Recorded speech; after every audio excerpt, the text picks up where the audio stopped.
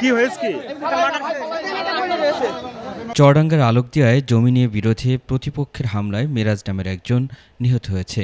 এ সময় মিরাজের পিতা তৈয়ব আলীকে কুপিয়ে আহত করা হয়। মঙ্গলবার বেলা 12টার দিকে এই ঘটনাটি ঘটে। আহত তৈয়ব আলীকে আশঙ্কাজনক অবস্থায় সদর হাসপাতালে নেওয়া হয়েছে। হামলাকারী বাবু ও রাজীবকে আটক করেছে পুলিশ।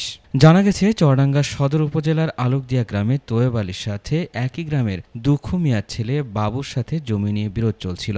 এরই জের ধরে মঙ্গলবার বেলা 12টার দিকে আলোকদিয়ায় তুফান মিয়ার গোডাউন সংলগ্ন স্থানে বাবু 2 থেকে 3 জনকে সাথে নিয়ে মিরাজ ও তার পিতা তৈয়ব আলীকে দেশীয় অস্ত্র হাসোয়া দিয়ে এলোপাতাড়ি কুপিয়ে গুরুতর আহত করে। এতে মিরাজ ঘটনাস্থলে মৃত্যুবরণ করে। পরে খবর পেয়ে চুয়াডাঙ্গা সদর থানা পুলিশ ঘটনাস্থলে উপস্থিত হয়ে নিহত ও আহতদের সদর হাসপাতালে প্রেরণ করে।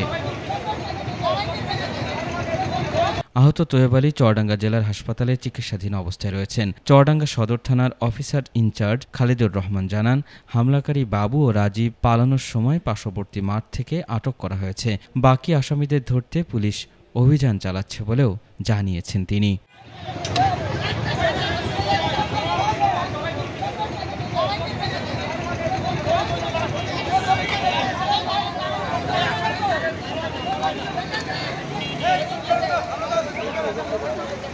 কি হয়েছে?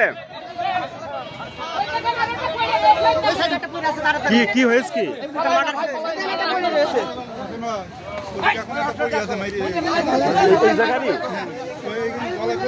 কখন এটা?